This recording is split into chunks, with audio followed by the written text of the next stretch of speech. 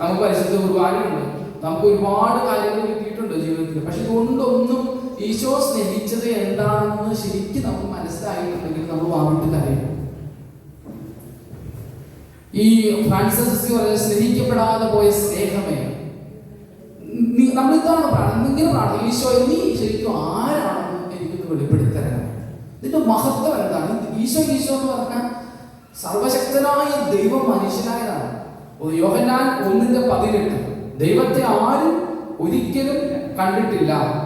അപ്പോഴോ പിന്നെ ദൈവം അതായത് ദൈവത്തെ ആരും ഒരിക്കലും കണ്ടിട്ടില്ല, എന്നാൽ ദൈവമായി ഗാഢബന്ധം പുലർത്തുന്ന ദൈവം തന്നെയായ അവിടുത്തെ ഏകപുത്രനാണ്, സ്വപുത്രനാണ്, അവിടുത്തെ ഏകജാതനാണ് അവിടുത്തെ വെളിപ്പെടുത്തി. ദൈവത്തെ ആരും ഒരിക്കലും കണ്ടിട്ടില്ല, പിതാവുമായി ഗാഢബന്ധം പുലർത്തുന്ന ദൈവം തന്നെയായ ഏകജാതനാണ് അവിടുത്തെ വെളിപ്പെടുത്തിയത്.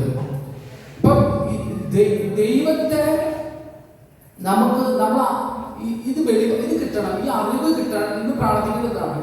പക്ഷെ നീ ആരാണ് ശരിക്കും? നമുക്ക് അറിയില്ല, നമ്മൾ സമ്മതിക്കണം. എനിക്കറിയില്ലെന്ന് ഞാൻ സമ്മതിക്കണം. കുറെ അറിയാം, കുറച്ചൊക്കെ അറിയാം, പക്ഷെ ഇതൊന്നുമല്ല. ഈ 3 വർഷം ഈശോയുടെ കൂടെ, അച്ഛനമായ ഈശോയുടെ കൂടെ നടന്ന പത്രോസും ഇവരൊക്കെ നടന്നിട്ട് ഞാൻ ആരാണെന്ന് ചോദിച്ചപ്പോൾ അവരിങ്ങനെ നിന്നത്. എന്നിട്ട് പത്രോസ് പറയുവാണ്, പലരും ജെറമിയാണ്, പ്രവാചകന്മാരുടെ ഒരാളാണ്, ഏലിയാണ് പ്രവാചകന്മാരുടെ ഒരാളാണെന്നൊക്കെ പറയുമ്പോൾ നീ ജീവിക്കുന്ന ദൈവത്തിന്റെ പുത്രനാണ്. അപ്പോൾ എന്താ ഈശോ പറഞ്ഞത്? മാംസരക്തങ്ങളല്ല, എന്റെ സ്വർഗസ്ഥനായ പിതാവാണ് നിനക്കത് വെളിപ്പെടുത്തി തന്നത്. ഈ വെളിപാട് ഇത് പൗലോസിലേക്ക് എനിക്ക് വെളിപാട് വഴിയാണ് ഇത് കിട്ടിയത്. മനുഷ്യരിൽ നിന്നല്ലത് സ്വീകരിച്ചത്. ദൈവത്തെ കൂടെ നടന്നാൽ ഇത് മനസ്സിലാവില്ല. നമ്മൾ എന്ന് ഈശോ സ്വീകരിച്ചാൽ ഇത് മനസ്സിലാവില്ല. വെളിപാട് ഒരു തുറവി കിട്ടുവാണ്. ഈശോ ആരാണെന്നുള്ള ഒരു ആത്മാവുടെ ഒരു ബോധ്യം. ഈശോ ആരാണ്, ഈശോയുടെ മഹത്വം എന്താണ്? ഈ പത്രോസിനും യാക്കോബിനും യോഹന്നാനും മാത്രമാണ് ഈശോ മഹത്വീകരിക്കപ്പെട്ടത്. ഈശോ ഉയർത്തെഴുന്നേറ്റ് കഴിയുമ്പോഴുള്ള ആ പോലെയുള്ള ആ ഈശോയുടെ മഹത്വത്തിന്റെ രൂപം താബോർ മലയിൽ വെച്ച് ഈ 3 പേർക്ക് ഇങ്ങനെ വെളിച്ചം കിട്ടുവാണ്. പിന്നീട് പത്രോസ്ലീഹ എഴുതുമ്പോൾ, ലേഖനം എഴുതുമ്പോൾ അങ്ങനെ പറയണം, ഞാനും അന്ന് ആ മലയിൽ അങ്ങോട്ട് കൂടെ ഉണ്ടായിരുന്നു, ഞാൻ ആ സ്വരം കേട്ടതാണ്. പത്രോസ്ലീഹ ആശ്രയിക്കുന്ന അതിലാണ്, ആ മഹത്വം ഞാൻ തിരിച്ചറിഞ്ഞതാണ്. പൗലോസ് എന്താ പറയാ, ഇത് മനുഷ്യരൊന്നുമല്ല. ഗലാത്യ ലേഖനം എടുത്തത് അറിയാം. ഗലാത്യ ലേഖനം എടുത്ത് പൗലോസ് സങ്കടത്തോടെ പറയാണ്. അദ്ദേഹത്തിന്റെ ഗലാത്യ ലേഖനത്തിൽ 1:12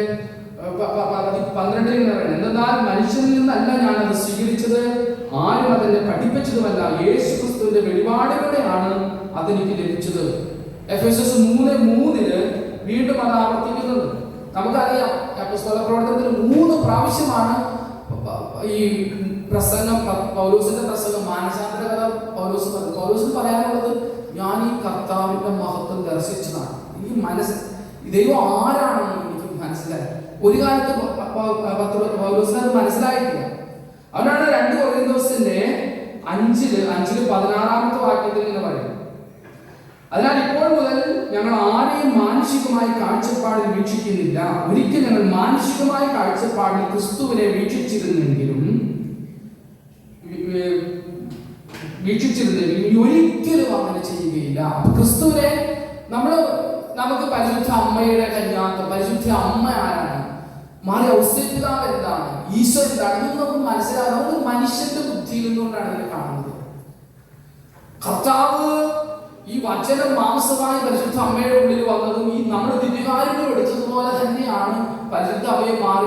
ഈ അമ്മ ദൈവത്തിന്റെ അമ്മയാണെന്നും ഈ ഉദരത്തിൽ കിടന്ന ദൈവമാണെന്നുമുള്ള വെളിപാട് ആർക്ക് കിട്ടി? ഔസേപിതാവിന് കിട്ടി. എന്ന് പറഞ്ഞൊക്കെ പോയി. അപ്പൊ നമ്മൾ ചോദിക്കും, മലാഖ പറഞ്ഞ് കേട്ട് വിശ്വസിച്ചു. അതല്ല, ഇത് വെളിപാട് കിട്ടിക്കഴിഞ്ഞാൽ ആ ജ്ഞാനം നമ്മളിലേക്ക് പ്രവേശിക്കുകയാണ്. പരിശുദ്ധ അമ്മയോട് ദൈവം വന്ന് മാലാഖ വന്ന് സംസാരിക്കുമ്പോൾ കൃപ അവർക്ക് ലഭിക്കുകയാണ്. കൃപയുടെ പൂർണ്ണതയിൽ നമുക്ക് ഈ ജ്ഞാനം തിരിച്ചറിയാൻ ചോദിക്കുക, എങ്ങനെ? പരിശുദ്ധാത്മാവിന്റെ മേൽ അതിന്റെ ശക്തിയുടെ മേൽ ആവസിക്കും. അപ്പോഴേ ഈ രഹസ്യങ്ങളെല്ലാം നമുക്ക് മനസ്സിലാവുകയാണ്. ഈ വെളിപാടിലൂടെയാണ് നമുക്ക് കിട്ടുന്നത്. നമുക്ക് യേശു ക്രിസ്തു ആരാണെന്ന് അറിയാം, യേശു ക്രിസ്തുവിന്റെ മഹത്വം എന്താണെന്ന് അറിയാം. ഇത് നമ്മൾ ഇന്ന് ഈശോയോട് പ്രാർത്ഥിച്ചു, നീ ശരിക്കും ആരാ, നീ എന്നെ എന്തുമാത്രം സ്നേഹിക്കുന്നു എന്ന് ഒരു വെളിപാട്, ഒരു കൃപ, ഒരു ബോധ്യം, ഒരു ജ്ഞാനം എന്റെ ആത്മാവിലേക്ക് നിക്ഷേപിക്കണമേ എന്ന് നമ്മളിന്ന് പ്രാർത്ഥിക്കാം.